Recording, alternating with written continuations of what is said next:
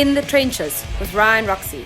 Hello, folks, and welcome to another podcast of In the Trenches with Ryan Roxie. I am your host, Ryan Roxie, and today on the show we have none other than Michael Staertow, guitarist. Welcome to In the Trenches. It's great being here, man. I'm honored to be on your podcast.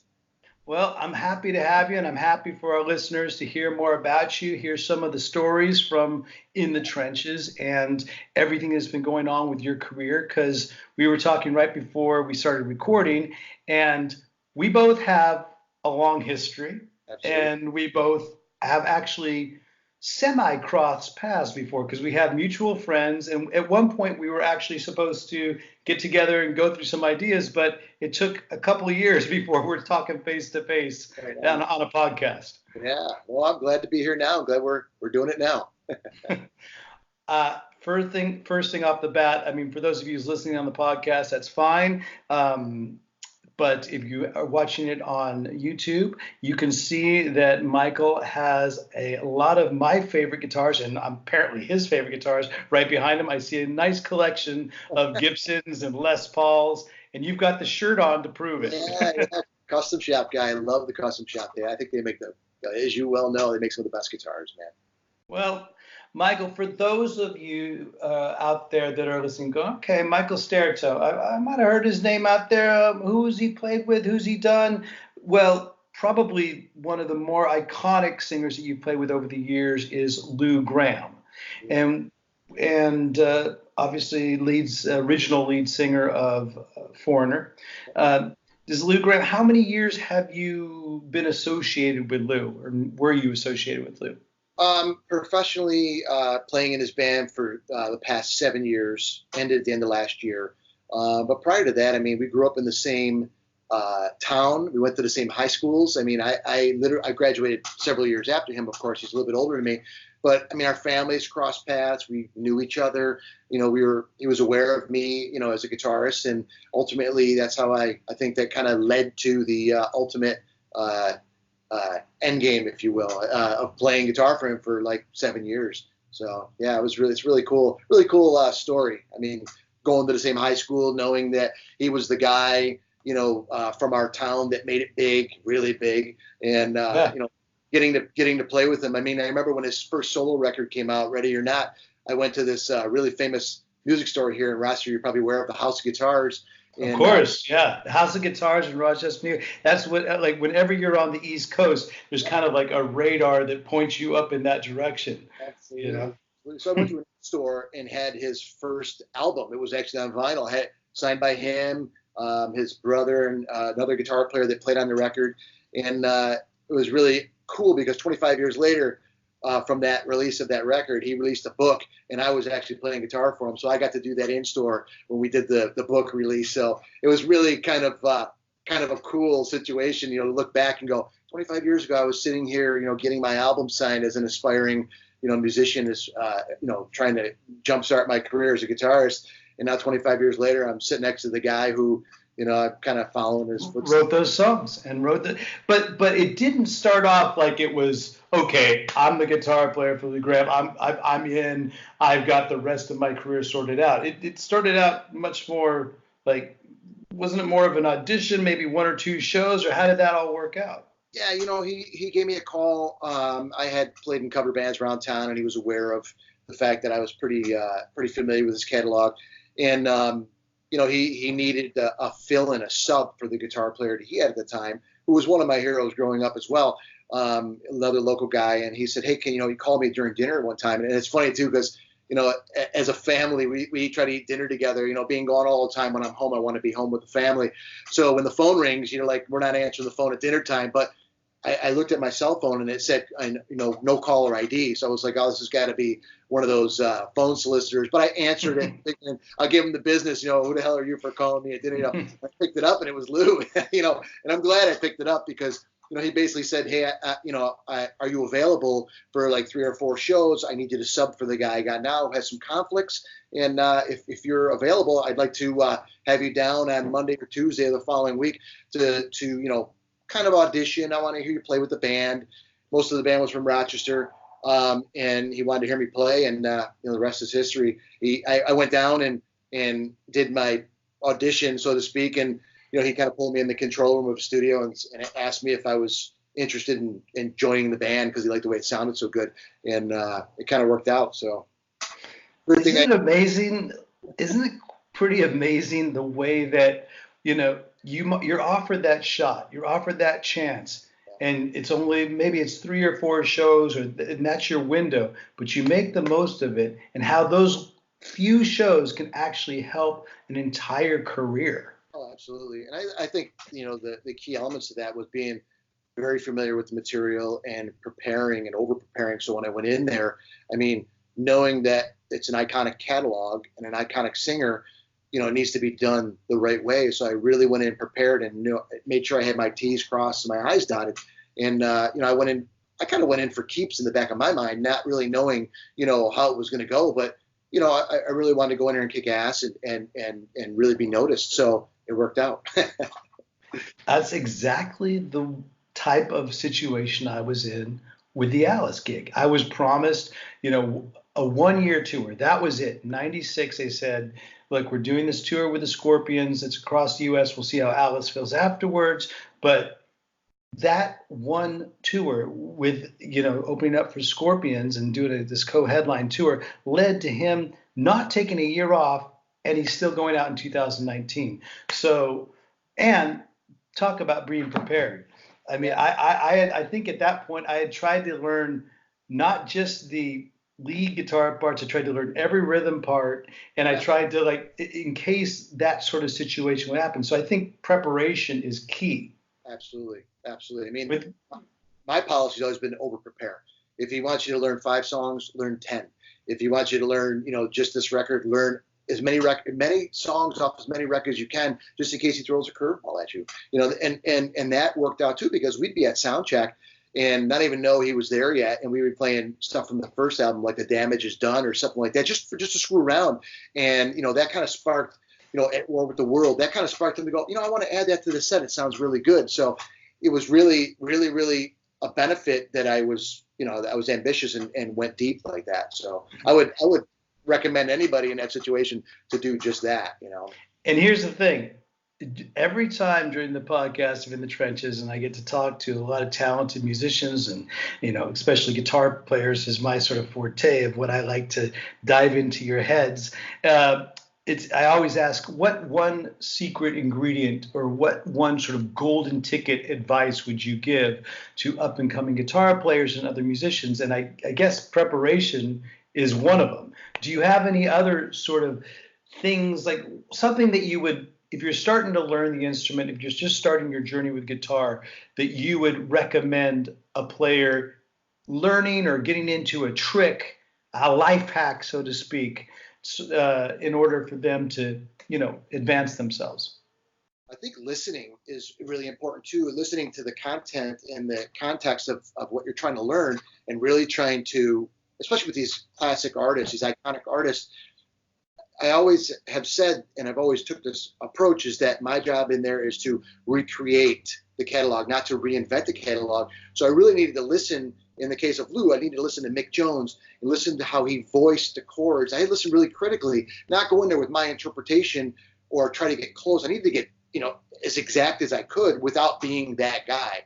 As you well know, you and I could sit down and try to learn something, and we're still going to learn it with our own little identity, our little twist, but you still need to have, the whole context in there as close as possible, and really try to make the artist that you're playing for, working for, feel comfortable in what they're singing and be able to be themselves for the reason why they are who they are, and the reason why that band or catalog made them into who they are, if that makes any sense. So listening. No, it makes a lot of sense. That's kind of the way it is with Alice, is that, but the only difference is Alice has had at least 20 different lineups with different albums that have something, really valuable that they've contributed to each album. So the sort of challenge, but also the thrill for us when we're learning a new Alice Cooper set, is to try and get as close to the spirit of that lineup.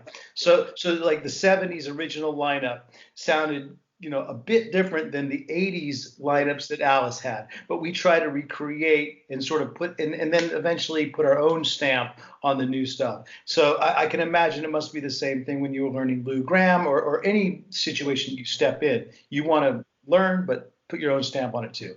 Yeah, exactly. And especially when you get the green light and you gain the artist's confidence, and they do give you that encouragement to say, hey, put a little bit of you into it, which Lou told me a lot. Go ahead and take some liberties. I mean, he was never one of those guys who ruled with an iron fist. I mean, but I didn't go in there assuming that he was going to be loose like that. But I think he felt comfortable enough with me, knowing that I respected his material enough that he enjoyed it and said, go ahead and take some liberties. But I was reluctant to do that because I don't want to hear things that way sometimes. It all depends. I mean, I've seen your show, the Cooper Show, Alice Cooper Show. I saw you guys. The last time I saw you guys is when Motley was finishing, and right. I mean, with the 3-guitar approach, I mean, it's just. I mean, I thought you guys were. I thought it was a way better show than the Motley show. But appreciate that, man. Yeah, I mean, you guys are great. I mean, you guys do a really good job, and you have a real big challenge too because you have a broad spectrum of styles. You have the Glenn Buxton and the Michael Bruce era, and then you have the Kane Roberts. Yeah. But everybody knows of our 3-guitar lineup. Everyone knows sort of which role we're able to fill, and that is the sort of. I guess it's one of the real benefits of having our 3-guitar player lineup with Tommy, Anita, and myself is that we not just have guitar left and guitar right, we have the overdub guitar as well. So in that sense, we do get to recreate stuff. And so like I said, I'm way excited about being out on tour and starting a new set. And I want to talk about this summer, but I want to get inside because I think part of the sort of attraction of how you're getting these gigs and how you've been managed to work as steady and as long as you have is that you use the right tools. And I'm staring at these amazing looking guitars in back of you. Have you always been a Gibson guy, or have you always? Oh, okay. I ventured off a little bit here and there, in the late 80s with the pointy guitar, the Jackson Rhodes, the Ibanez guitars, a little bit. But I've always gone back to a Les Paul. I mean, for me, it just feels comfortable. And like when I spoke to the people at Gibson, I remember telling Henry Juskowitz when he was still owning the company, I told him, I said, I defy you to do a Google search and see me without a Gibson Les Paul in my hand. So yeah, I just really, really enjoy the work that they do and how great they've treated me over my career. And it's a great product. I really, really enjoy it. And do you have a go-to Les Paul that is sort of your favorite, whether it's an older one or whether it's one of the newer ones? Yeah, I have a 58 reissue that I really enjoy. And I didn't actually get that from Gibson. When I was teaching, that came into the store, and the store I was teaching at knew that there was a rule that any Les Pauls that came in had to pass my first right of refusal. And so this came in, and it had a real beefy neck, and I was a little bit intimidated because I was playing a standard from the 90s, and it had a little bit of a 60s neck, slimmer neck. Yeah. And so I picked it up and brought it up to my teaching room, and it was a very thick profile baseball bat, 58 neck, totally 58 neck, early 58, almost like the gold top 57 into the 58. And I fell in love with it, and I haven't been able to turn back. I can't play the thin necks anymore. And I have that guitar. And then Gibson made me a 68 reissue in 2016 that I was down in Nashville for vacation, visiting some friends. I think I was down for a wedding. And I stopped to see Steve Christmas at the custom shop. Stopped at the custom shop. Of course, ended up throwing me a stash of mahogany that he had, and a really nice maple top with a nice figure. But the goal with that was to not make a custom, 68 custom, not make a custom that was 9 or 10 pounds. We kept it at 8.5 pounds. He had a really nice piece of light mahogany. And they kind of did the cosmetics like a 57, a Black Beauty. Right. So it's more of a 57 looking, but a 68 maple cap, mahogany body. But you're keeping it light. You kept it light enough. Really light because, man, as you know, man, some of those older Gibsons, your shoulder, especially if you're playing a 2-hour set. I mean, after a while, it doesn't seem like a lot. And, boo-hoo, us guitar players crying about it. But a 9-pound guitar, man, really keeps my chiropractor in business. In business. Well, the thing is, for those of you that are listening to the podcast right now that are guitars, sort of, especially Gibson aficionados, this is basically guitar porn we're talking about right now.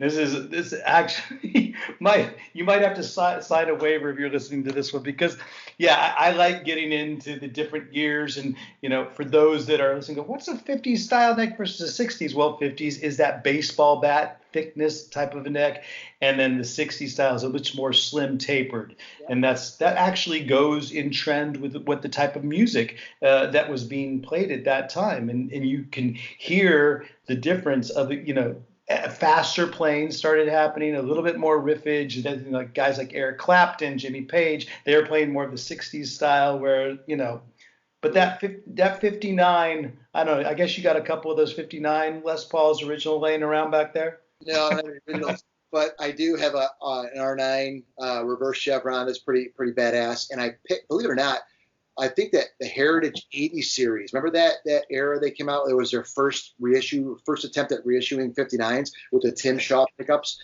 I picked one up. I think I haven't been able to confirm this or not, but somebody painted it black, but it started to wear and there's a sunburst finish underneath it. I don't know if that was something they did at the factory as a second or something, but I picked it up at a pawn shop for like $300. And the guy really didn't know what he had, and it's got the original chainsaw case, the plastic molded case, and the score was those Tim Shaw humbuckers, and that thing is amazing. And I got that in storage right now because I'm afraid to take that out. I don't want to, it's a great guitar. It sounds great, real dark. It's nice. I think it's pretty amazing that you have an actual pawn shop guitar, like success story, because there's so many of us, when we're on the road, we're looking at these pawn shops, but let's be honest. I mean, they've been combed through. It's like the old guy on the beach, in Florida Beach, with wearing a thong and a metal detector. Yeah, they've definitely combed most of those great guitars out. But you found one, and I'm happy that you did. My timing was impeccable. With that, it was probably just luck. It was luck. Yeah. Well, I found my Les Paul, my dream Les Paul, the one that I'm actually was just showing you earlier before we started the podcast. It's a 78 Gibson Pro, Les Paul Pro. I found my dream cherry burst because I always wanted a cherry burst because of Ace Frehley. I found this U.S. made cherry burst Les Paul, of all places, Moscow, Russia. Wow. And I bought it right on the spot. It was loaned to me for a guitar clinic, and I said, you know what? I'm probably not going to make any money on this guitar clinic, and probably end up owing money, but I'm buying this guitar. That's a win as far as I'm concerned. Well, if you're playing those guitars, you're obviously playing them through some amp, and I'm just going to go out on a limb. I'm going to take a wild guess, because if you're like me, you're going Gibson Les Paul through what, a Marshall JCM 800? 800. Yep, I like the 2205s, the two channel, which the clean channel really was useless, but the overdrive channel with the extra preamp tube in there was phenomenal. I used the 50 watt versions of those. I think that the 100 watts are just a little too much. Takes a little too much to break them up, but that or the 2203 or 04, I like those too. If you have something to drive the front end, like a Solo Dallas, one of those the old Ken Schaefer Vega emulator that makes that pushes a little. Are you familiar with that Solo Dallas at all? No, you're going deep down the rabbit hole on me on that one. I'm gonna after we're done, I'm gonna connect you with Phil, the owner of Solo Dallas. You're gonna love it. The old Schaefer Vega True Diversity wireless systems that Angus Young used to use to actually give him that AC tone. Oh yeah, pushes. It's an optical limiter and a compressor and a boost pedal all in one, and it's phenomenal. Actually, hang on a second, I'll show you real quick. Oh boy. It's one of these guys right here. I don't know if you've seen this yet, the Storm pedal. No, I haven't checked that. Yeah, I did their booth at NAMM in January, and it was really great. I mean, this thing is incredible. It just pushes the front end just a little more, and it just gives you that Schaefer Vega wireless. The 70s, Eddie Van Halen used to use them. I mean, everybody used to use them. So it's really, really Well, cool. this is a good reason for people that are listening to the podcast to actually go watch it on YouTube now, because you just showed the actual pedal that it comes from. So if you want to check it out, Michael owns one, and then you can track him down. I'll give you information about how to get in touch with him at the end of the podcast. But we're moving on because we're Gibson Marshall, and obviously you're an AC/DC fan. I love AC/DC. I love Ace Frehley. You know, all the disciples. You know, Randy Rhoads, Eddie Van Halen, Michael Schenker. It goes on and on. John Sykes. You know. And these are all traditional guitar players that you know definitely have a Les Paul in their arsenal. You know, at least one, and most probably more than that. But at the same time, when you go into these gigs, whether it's Lou Gramm or what you were telling me, you're doing this a bunch of shows, some select shows this summer with bands like Slaughter, you want to have that classic sound, right? Absolutely. And it's essential to have that right sound. That's another element too. Is we were talking earlier about what's a good approach to getting these gigs, and getting the sound down. It goes hand in hand with listening and playing the parts and having the right sound. I mean, you'd hate to go in, with a transistory. I don't want to offend anybody with an amp manufacturer, but you just really got to try to capture the essence of the person you're trying to replicate. Yeah, no, you're safe inside here. We're pretty much I'm a pretty much all tube guy. I have found an amazing. It actually is a tube rig. That I use for my club rig called the Amp One by Blue Guitar. Yes. I don't know if you checked it. I don't know if you heard that. It actually has a nano tube in it, and that's the closest thing that I've found to like sort of a portable fly rig amp that I can put in my suitcase, and I can replicate what my JCM 800 was. That's the one thing about modeling amps that it doesn't confound me. I understand the allure of having modeling amps, but they're modeling amps that I already own. I already have a JCM 800, and I have a Les Paul. So if you want the sound of a JCM 800 through a Les Paul through a JCM 800, I have that. Just go with it. I know it weighs a ton, but if you have a great guitar tech that'll set it up, tune the instrument, and hand you a cold beer, I mean, use that, right? You being a Marshall guy, what's your Marshall choice of Marshall du jour? What's the model you go to? I go to the JCM 800s. I really do, and I have 3 of them at the moment. One of them I did a wicked trade with Pat Simmons of the Doobie Brothers. Yeah, so I actually have an original Doobie Brothers JCM 800. I traded him a Sun Model T amp. Okay. Straight across for it. He liked the sound of that amp, and it is a great amp. It pushes air. It's all, it moves air. I was using the Sun Model Ts when I was playing with Slash in the Snake Pit band because Slash, when you think of Marshall, he's very synonymous with Marshall, Gibson. So I needed just a tiny bit different of a tone, and those Sun Model Ts did a good job for that.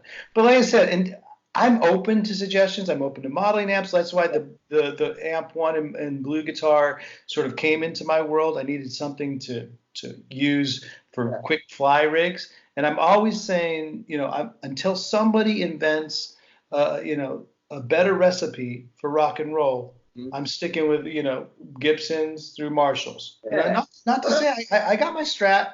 I got my Never Say Never Strat. I had Palermo Guitars make me a really beautiful Strat, and it's got, but I keep it with the humbucker in the back. Are you pretty much a humbucker guy? Yeah, humbucker guy. In fact, I've been toying with the idea of getting a telly and putting humbuckers in there, and thinking about something like with a heavy body, an ash body, maybe with like a maple neck with a rosewood board, throwing some humbuckers in there. And I've been toying with that idea, but I really haven't quite found exactly what I want to do yet with that. But yeah, I'm primarily custom buckers. Generally, what the custom shop gives me, I've had a lot of luck with them. I mean, I really haven't switched out. I had some opportunities to switch out for some other companies. Sure. The Doug Aldrich model, I really was impressed with. Some Duncan stuff, and but I get nervous. You know what I mean? I don't want to get out there and have to start doing surgery or, have somebody change things out. When something works, I like to stick with it, and if I know it works, if it ain't broke, don't fix it, Well, the good news is you're working, and you're working throughout the summer. Hopefully, our paths cross again, because you're going to be doing some select shows with Slaughter. And how did that whole gig come about, and where do you see it going? It's really ironic. It came through a couple of different channels. I was listening to another podcast that Mark was on, and I had heard that he kind of suggested that he might be having some opportunity to branch off, while the guys that he has in his band generally are out with Vince Neil.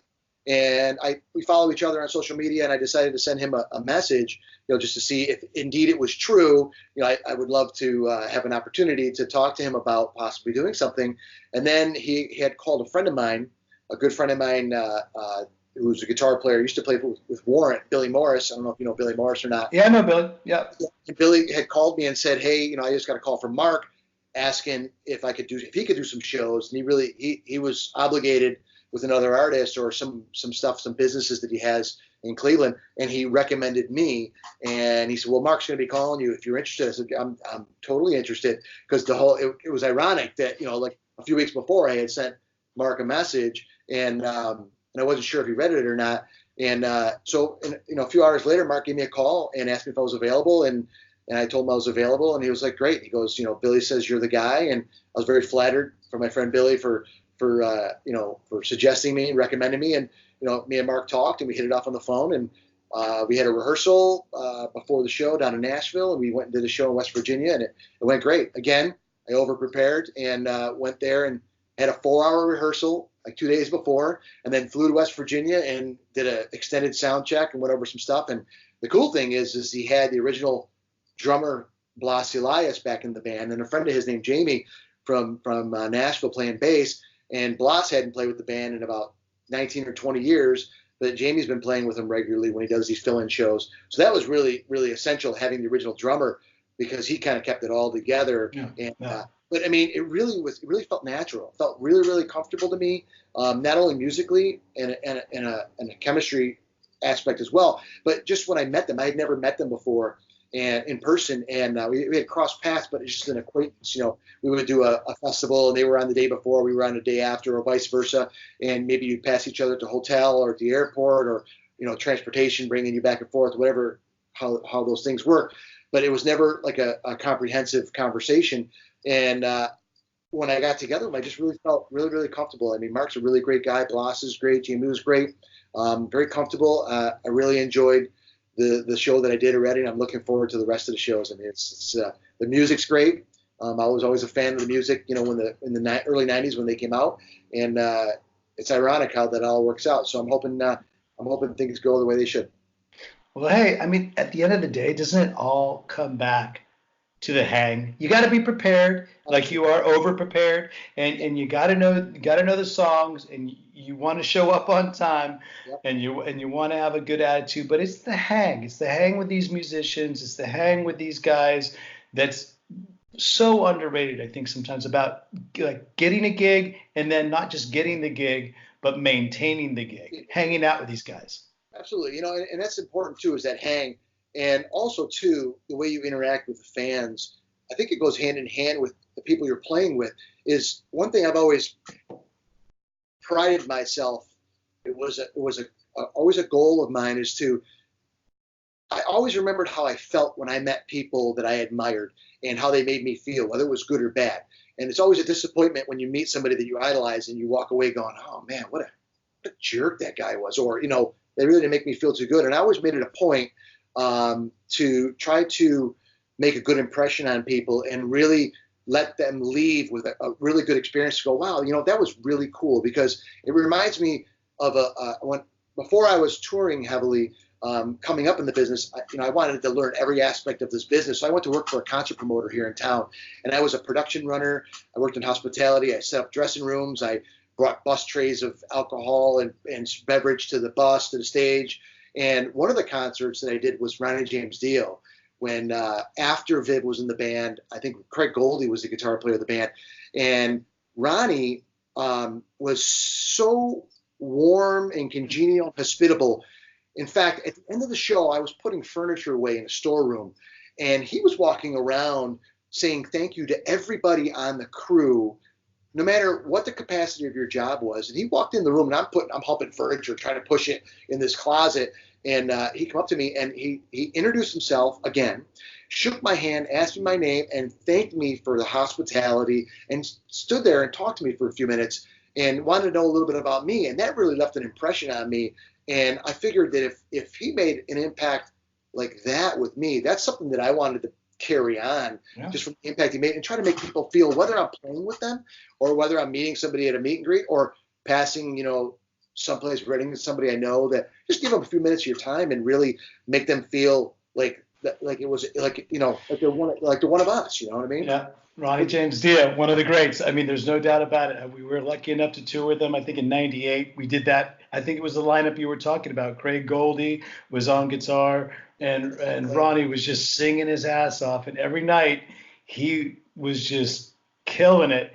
And every single night after the show, he walk by our dress room. He'd say, guys, and he'd say our names. And he'd say, hey, Ryan, have a great show tonight, and go kick some ass. And years later, he still remembered our names. He still remembered my name. I saw him at a mutual concert that we were seeing someone mutual. And I mean, it's those types of acts that go so far because they're just inspiring. And I feel so much the same way that you do about treating the fans with respect, because you treat fans with respect and give them inspiration. They're going to do exactly the same for you.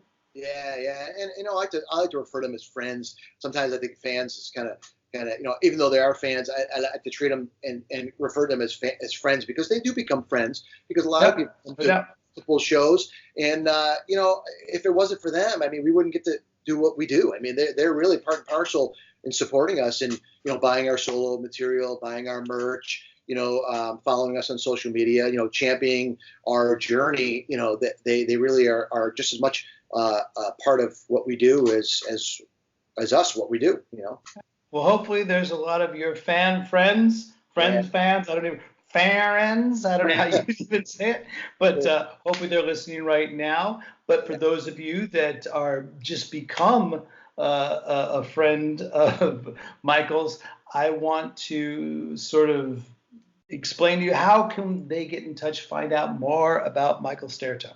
Yeah, you can, I'm on all the social media platforms, Instagram, Facebook, LinkedIn, Twitter, probably some other ones. Everything is directed from my website, michaelstaertow.com.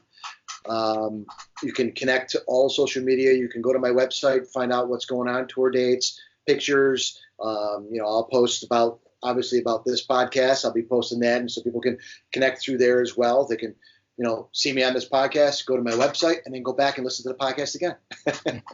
Well, not only that, we'll have you back on. Absolutely. And we can even go deeper into the rabbit hole of guitar porn and Marshall amp porn, or whatever you want to call it. But we can go down that rabbit hole again, because it's been a pleasure having you on, Michael. I really appreciate you being in the trenches. I'll look for you somewhere if we cross paths on the road, because you're doing select dates with Slaughter. And again, for all of those that are watching right now on YouTube, you'll see the links in the description. If you're listening, pull over your car and then check out the description, because you'll have all of Michael's links right there. And again, thanks for listening to another episode of In the Trenches with Ryan Roxie. It's been a good one. And you know what, Michael? Hang on the line real quick, and I will talk to you. But I'm going to say goodbye to our listeners right now. And thanks again for being on In the Trenches, Michael. Thanks for having me, and thanks for everybody for listening, man. I really appreciate it.